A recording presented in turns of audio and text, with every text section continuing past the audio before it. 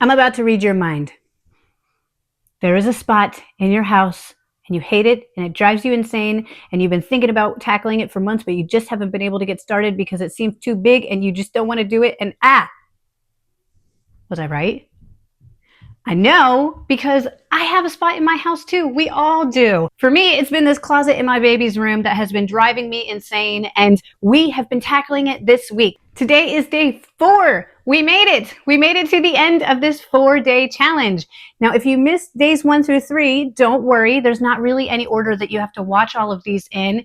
But I do recommend going back and watching them because we talked about a different topic every single day. Day 1, we talked about how do these spots even happen in our house in the first place? And more importantly, the reason that we think that they happen, that is actually not the reason. Day 2, we talked about 10 minutes and why it matters more than you think it does.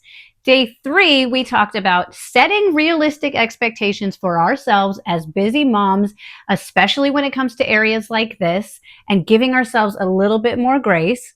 And day 4, which is today, we are talking about inspiration versus motivation, the difference between the two, how people confuse them, and how one is reliable and one is not. So if you've been following along for all 4 days so far, by now you know the drill. We are not passively watching this video. We are actively getting up and doing something. We're tackling our spaces together. You've got one more 10-minute session in you. I know you do. Go to that spot and let's get ready to dive in. Okay, so as we get started today on day 4 of this process, I want to just quickly point out that my doom closet is looking a lot less doom and gloomy. And that is the power of working in 10-minute increments like we talked about on day 2. I am so glad that I did not wait for the inspiration to hit for me to start this. And that's actually what I want to talk about today is the difference between inspiration and motivation and how people confuse the two. When people say, oh, I just need to get motivated, what they really mean is they're waiting for the inspiration to strike. Motivation doesn't strike. Motivation is something that you can build, and it's actually pretty reliable. There are some steps that you can take that are tried and true that will almost definitely lead to motivation. Inspiration, on the other hand, isn't something that you can force. It's just something that happens. You never know when it's going to strike. Sometimes it just happens. The inspiration strikes and you get inspired to do something. So when you say, I'm waiting for the motivation, what you actually mean is you're waiting for the inspiration. But why does this differentiation even matter? It's because inspiration only strikes under certain circumstances. It's when we see something that fills us with joy or something beautiful, something resonates deeply with us. We see somebody else doing something inspiring, and so we get inspired ourselves. But inspiration rarely strikes when you're staring down a closet that makes you feel guilt and shame, like we talked about on day 3. A closet that makes you feel like you have no self-discipline or just a general sense of ick. I can almost guarantee inspiration will never strike you under those conditions. And so we need something else. We need motivation. And the good news about motivation is that it is a fairly predictable reaction from a few simple steps. You may be familiar with the phrase momentum equals motivation or motion equals motivation. And that's because if you can just get started, if you can just overcome the inertia of the first few steps, you are almost certainly going to build motivation as the momentum builds. And that brings us back to the power of working in 10-minute increments like we talked about on day 2. And that's because the amount of inertia that you have to overcome to start a whole project is so much more than the amount that you would have to overcome to just simply start a 10-minute timer and say, all right, I will stop when this timer is done. You know, I like to add in a little bit of biblical backing to my advice here. And that's because my opinion doesn't matter at all. I am just a random mom on the internet. But if we have biblical backing to the advice that we're receiving, we know that that advice is going to steer us in the right direction. So I would like to relate today's topic back to God's word. In Galatians, we're given the fruits of the Spirit: love, joy, peace, long-suffering, gentleness, goodness, faith, meekness, and temperance.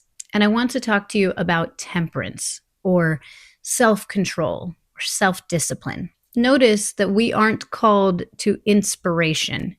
We are called to self-discipline. Now, sometimes self-discipline can feel like a dirty word, like we're punishing ourselves. But there's a big difference between discipline and punishment. Discipline is guiding our future steps, whereas punishment is a reaction based on past actions. So we need to not be afraid of self-discipline because it's actually aiming us at a better future. But sometimes, especially when we're dealing with these big projects in our home, we can feel like, well, I'm never going to be that self-disciplined, so I might as well just not even try. But you actually need less self-discipline than you think because motivation. And we've already established that motivation is something that can be built. So all you need is enough self-discipline to get started. And actually, you don't even need that much self-discipline.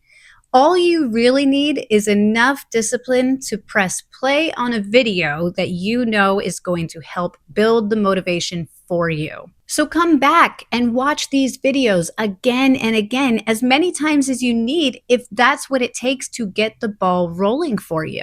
I am always so surprised at how easily the motivation builds if I just press play on a video of somebody else doing something productive. And as you build that connection in your brain over time, you need less and less self-discipline to actually press play because you've proven to yourself again and again that if I press play on this video, I will get motivated. And so it becomes easier and easier to do it in the future because the results have been proven.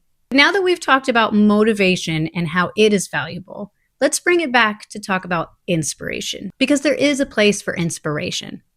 It just comes after the motivation has started to build. And once that motivation has built enough to a level where we can start to see the end result in sight, that's when we start to get the drive to keep going, even when we start to feel fatigued from the work, because we can see the end result. We can see the vision. So today, as we continue to work and have our final moment of reflection, I want you to allow yourself to see that vision. Can you see the end of this project in your mind's eye? How will your life improve once this project is done?